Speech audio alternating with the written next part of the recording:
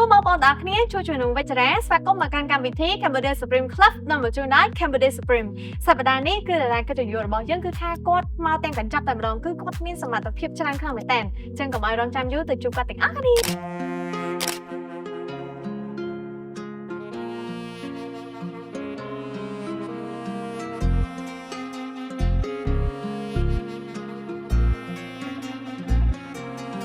គ្រាន់តែបានឃើញថ្លៃមាននិស្ស័យចង់យកដៃទៅប៉ាកាយធ្វើឲ្យបងជាប់ចិត្តជាប់ទាំងក្លិនទៅអូនប៉ាន់ដល់គ្រប់ style ធ្វើឲ្យបងវាវូនឹងស្រី This so live tonight សងវិញ who smile oh god baby don't be shy come let's see God you look at me អបបងប្រាថ្នាចង់បាននិយាយសាច់អូនសពនៃអូនតូចបងមើលមិនណាយកូនកាណាស៊ីក្រហមចង់កែអងក្រងស្អាតជាងគំនូដូចយើងទាំងពីរគឺជាគូសុំមុនកំណើកញូចាំមកជាអ្នកបន្ទូនាំមុនរញកលែងដល់ភ្លឺរូបនេះមិនជាអ្នកទេខាំមកអូនរងងី on feeling good like queen bang សម្រាប់ចាតែគេគ្មានណាប្រៀបទេអូនលះជាងគេដល់ខ្លះចង់ហើមទៅដល់ចំណុចក្រសើមយើងចាត់ពលខ្ញុំថាចាប់កខ្ញុំបើដែល vampire អូនថាចង់បានបែបនេះនោះប្រដែរបែបនេះចូលចិនបែបនេះពេលបានក្បាលថ្លៃទ្រូងញ៉ាំភ័យអូនទាញដៃយកមកគិស្មាធ្វើឲ្យបង lost control ហើយណា oh God will never forget this moment with you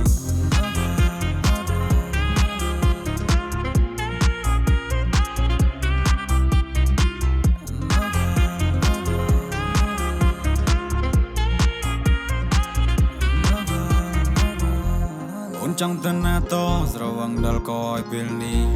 អារម្មណ៍មិននឹងណកខ្មៅគិញសឲ្យពេលនេះលោកដៃចាំប៉ាប់នឹងមិនបែមិនខឹងខ្ញុំដែរកៅភ្នែកសម្លឹងប្រាប់បើទាំងស៊ីវ៉ាន់មីខាងក្រៅត្រជាងតែមានអារម្មណ៍ដូចជាក្តៅរសាប្រសល់ដូចមានអីរੂរារាងកាយ So my first love side baby my mind right now អូនសំដានត្រជាបងត baby យើងចេញទៅណាទៅតែអូនឬក៏ទៅតែអ៊ំតាមមួយតូននៅកំពង់ក្រពុំទុកបងជាអ្នករៀបក្រុមសាមកធំតែនៅចាញ់មុំ See one say someday សិចូលចិត្តទឹកមីអូនថាជាតិដូចរ៉ូឌី Yummy yummy អូនឡើងជាលើបងមកតែដូចដំណើរជាលើក្តៅជួខ្លួនអូនស្រ័យខ្លួនបង You fucking spicy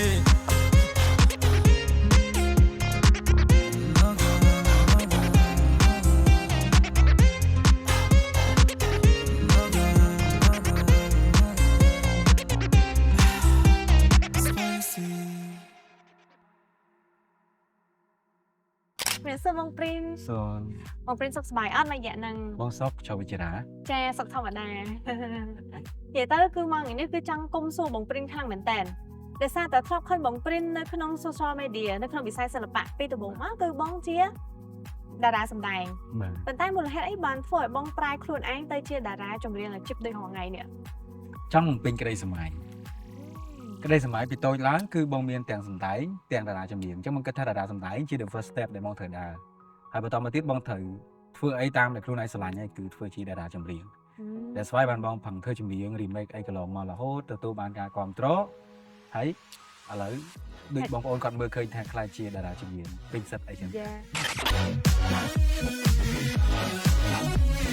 អញ្ចឹងចង់សួរបងបន្ថែមទៀតដែរថានៅពេលដែលបងចាប់ជាអាជីពតារាចម្រៀងមើលទៅគឺមានទីផ្សារច្រើនហើយខ្លាំងមែនតើបងគិតថានឹងបោះបង់អាជីពជាតារាសម្ដែងអត់តើតើទៅលើ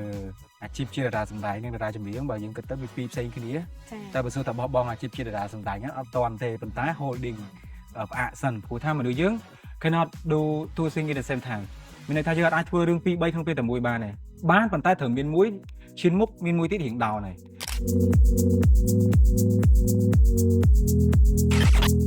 ចឹងចង់ សូបងតិចធម្មតាយើងជាអ្នកសិល្បៈចឹងវាតែជួបពាក្យដែលគេបូលីអី បាទ ចឹងសួរពេលនៅពេលដែលបងជាតារាសម្ដែងបានជួបពាក្យបូលីណាដែលគេថាឲ្យបងអត់ ពេលដែលបងនៅធ្វើជាតារាសម្ដែងពាក្យដែលទទួលរងនឹងការរិះគន់វិបហាក៏ដូចជាប៊ូលីច្រើនជាងគេគឺទៅលើកម្ពស់បងដោយសារបងកម្ពស់1.9 ម៉ែត្រវាប្រហែល70អីណាទាំងស្បែកជើងអីថា1.70ចា ចា អញ្ចឹងវាទៀបមែនទែនបើយើងនិយាយពីតួឯកប្រុសឈរមកខ្ពស់ស្រឡះសសម្ោចវាជ្រុះស្អាតសក់ស្អាតអីស្អាតទាំងអស់ហ្នឹងជា opinion ជាការគិតរបស់ទស្សនៈមនុស្សទូទៅ ចាចា មិនមែនជាកំហុសគាត់ក៏មិនមែនជាកំហុសយើងដែលកើតមករូបរាងប៉ុណ្្នឹងដែរ ចា គាត់ថាបងស្រឡាញ់អីដែលម៉ាក់ប៉ាបងផ្ដល់ឲ្យបង appreciate it ដែលគាត់បានចាំបីបាច់បងដល់ប៉ុណ្្នឹងសូបងអត់មានតូចចិត្តជាមួយរូបរាងកម្ពស់កម្ពស់បងទេបងស្រឡាញ់វាហើយធម្មជាតិវាបានប៉ុណ្្នឹង Yes ហើយបងក៏ appreciate ជាមួយខ្លួនឯងដែលកម្ពស់ប៉ុណ្្នឹងមែនប៉ុន្តែរាល់រឿងដែលបងសម្ដែងទាំងអស់សុទ្ធតែតួឯង ចឹងដល់ពេលដែលបងចូលមកក្នុងវិស័យចម្រៀងវិញបងនៅជួបពាក្យបូលីចឹងទៀតអត់ ខ្មែរយើងឥឡូវ open រៀងច្រើនពេលដែលយើងជាតារាចម្រៀងឬក៏យើងជាអ្នកចម្រៀងគាត់លែងសូវ concern លើកម្ពស់រូបរាងប្រហែលហើយប៉ុន្តែការស្លៀកពាក់បងពេលខ្លះចម្លែកអានេះ too simple សម្រាប់បងថងថាដូចនៅផ្ទះហើយអញ្ចឹងពេលបងចេញ performance ក៏ឲ្យបងរៀងហ៊ានណា ថាប្លែកប្លែក ផ្លែកផ្លែកហ៊ានពេកទៅពេលចឹងពេលខ្លះបងប្អូនក៏អត់ស្គាល់ទទួលយកម៉ានេះគេថាអេស្អីនោះតែឯងចឹងតែហើយពេលខ្លះទៀតគេ complain បូលីមកលើសំឡេងបងថាអើយច្រៀងស្អីទេទៅធ្វើអ្នកសំដែងទៅធ្វើអ្នកកំ pl ទៅធ្វើវីដេអូទៅប៉ុន្តែបងអត់គិតចឹងហ៎ ចឹងនៅពេលណាដែលបងមើលឃើញខ្លួនឯងថាបងមានទេពកោសល្យក្នុងការច្រៀងហើយធ្វើឲ្យបងជំរុញខ្លួនឯងបដូរពីការសម្ដែងមកចម្រៀងវិញ មែនតើទៅបងចេះច្រៀងតាំងនៅស្រុកប៉ុន្តែបងច្រៀងលេងបែបអកកណ្ដងឲ្យអ្នកភូមិរាំទេអកកណ្ដងឲ្យតែមានកម្មវិធីការគេអ្នកភូមិសំណុំពរហ្មងថ្ងៃណាយើងអត់ឡើងច្រៀងក៏គាត់ចាក់ភ្លេងអស់យើងដល់លើឆាកឲ្យយើងច្រៀងតែពេលនោះមិនមែនជាពេលដែលបងរកឃើញខ្លួនឯងទេខ្ញុំរកឃើញខ្លួនឯងថាខ្ញុំចេះច្រៀងហ្នឹងទាំងអស់គ្នាពេលខ្ញុំចេញបទអញ្ជើញយកចុះបានស្រឡាញ់ថ្ងៃទី23ខែ7ឆ្នាំ2023 អូច្បាស់ហើយបង 24អានោះ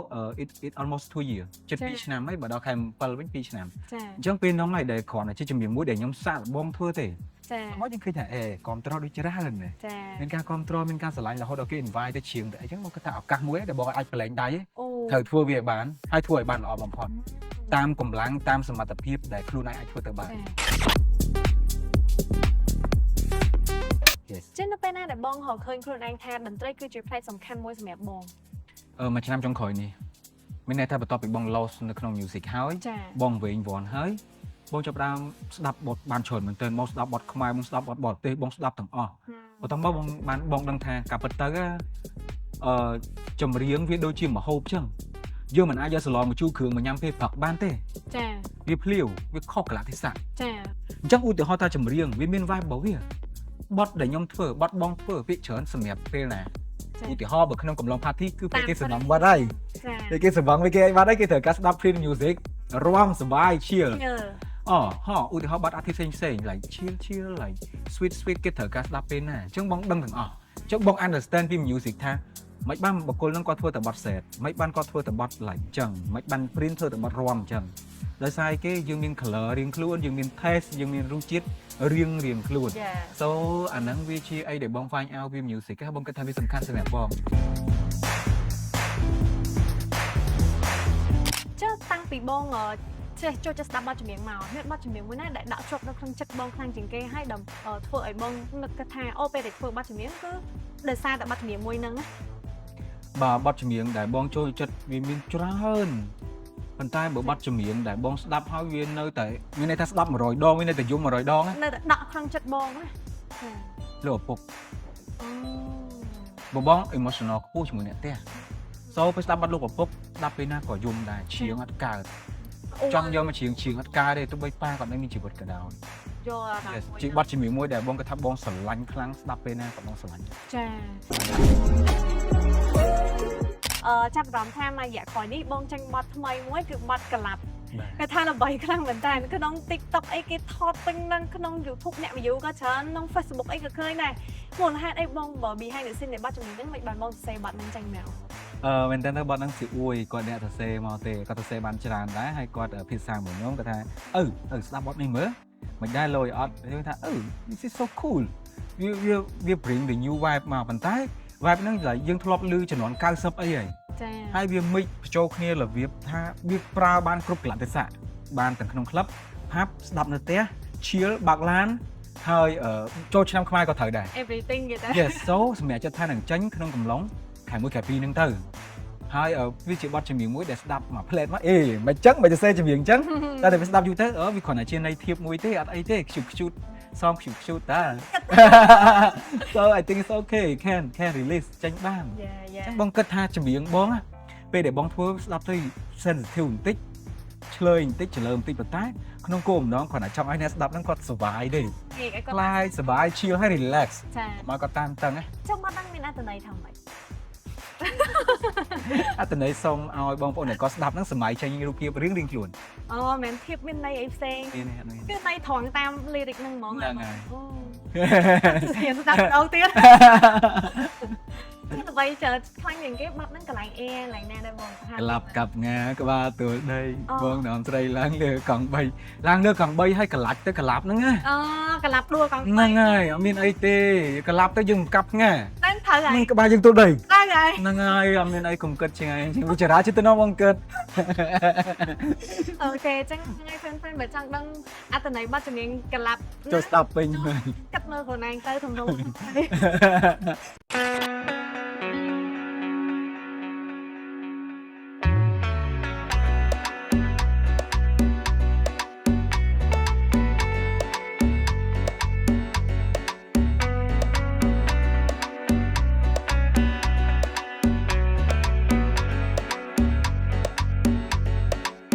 អូនថាចង់ច្រៀងមកស្ដាប់សំនៀងអូនច្រៀងបំពេនៅយប់នេះពួកយើងជាគូស្នេហ៍នៅយប់នេះបើជាអ្នកមើលថែនៅយប់នេះស្នេហ៍បងមកព្រួប្រែលើ passing go away យប់ជ្រៅកាន់តែជេកុំហឹងនៅភ្លើងស្នេហ៍រឺនៅមៀវមេបងចង់ដាច់ផ្ងៅសវឹងសូរ៉ាមកថើបជីវ៉ាមកជាប់ក្លិនសាសាយប់សែនសំព្រោះមាននូនក្បែរគេងកាយផ្លូវកយគុណដួងខែស្នាមួយនេះគង់វងឲ្យថឹមថេម្នាក់អូនបានគេបងប្រសងកាយអានេះអោចៅអូនចង់គេងកាយទ្រូងឬក៏គេងកាយស្មារថៃក្បែរស្រីម្នាក់អូនឈឺផ្សាបងមិនចេះព្រួប្រែលួចលាក់សាវ៉ាបត់ទៅមានអ្នកថ្មីក្លាប់កាប់ងាក្បាលទួលដីបងនាំស្រីឡើងលើកង់បីទៅដល់ផ្ទះថ្មីអូនចង់ញ៉ាំអីចង់ញ៉ាំមីឬក៏ញ៉ាំចេកជ័យឬក៏ញ៉ាំចេកទីមានជីថ្មីបងធ្វើតដៃញ៉ាំនៅពេលរាត្រីផ្អែមជាងឈើរីឈូក្លិនស៊ូស៊ីឲ្យបងពួកវីអូនថាចង់អែននរំប្រឡែងបងឡើងអាឡែមុនកាច់ចង់កែស្លៀកខោសំយ៉ែត្រកៀកសាយអែបងហត់ចង់ឆេះបងដកដៃកែដុតដងឬសៃបងលឺអូនច្រៀងបងលឺសំនៀងអូនច្រៀងល្វើយល្វើយអោសង្សារបងអើយអូនយ៉ាងម៉េចទៅហើយមេឃទៀតភ្លឺយើងមេឃសំលើបកេងគៀកៅអូនឲ្យបងស្រើបកេងកាយទ្រូងអូនឲ្យបងថើបមេឃសំលើបយប់នេះរំភើ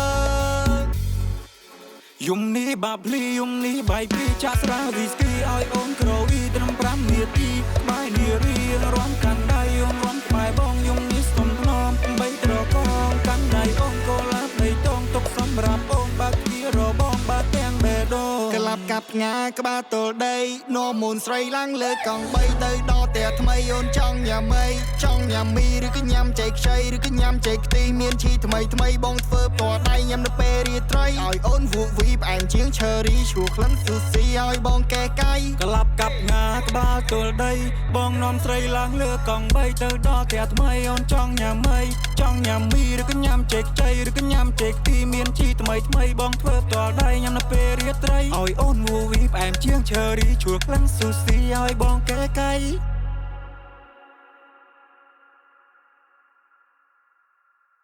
ចេះជួយការសរសេរវិញម្ដងបងមានជួបការលំបាកអីកំឡុងពេលសរសេរបទចម្រៀងអីអត់ ជួបច្រើនដែរដោយសារពេលខ្លះពេលមុននឹងយើងផលិតចម្រៀងមួយចឹងទី1យើងត្រូវរក concept សិន ចា មានន័យថាចម្រៀងអាចទៅសរសេរបានទេវាមាន concept បន្ទាប់ពីយើងចេញ concept ហើយឧទាហរណ៍បងនឹកឃើញ concept មួយថាឧទាហរណ៍ចុះបងចង់ទៅសរសេរបទមួយ30ឆ្នាំ ចា 30ឆ្នាំពេលខ្លះទៅអត់ ចា ហើយពេលខ្លះហ្នឹងយើងចង់សម្ដៅទៅលើពេលណានៅក្នុងផ្ទះនៅក្នុង relationship ឬក៏នៅក្នុងវិថីការងារជំរាបបងជីវិតបងមកបែងចែកអញ្ចឹងណា ចា អ្នកផ្ទះការងារវិស័យសិល្បៈផ្សេងទៅអញ្ចឹងឧទាហរណ៍បងចង់ចាប់យក30ឆ្នាំ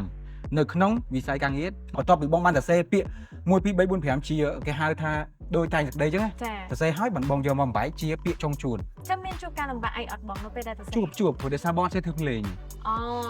ចាំបងព្រិនរាល់ថ្ងៃមិនថារាល់ថ្ងៃតាំងពីទូចដល់ធំមកបងមាន idol នៅក្នុងចិត្តអត់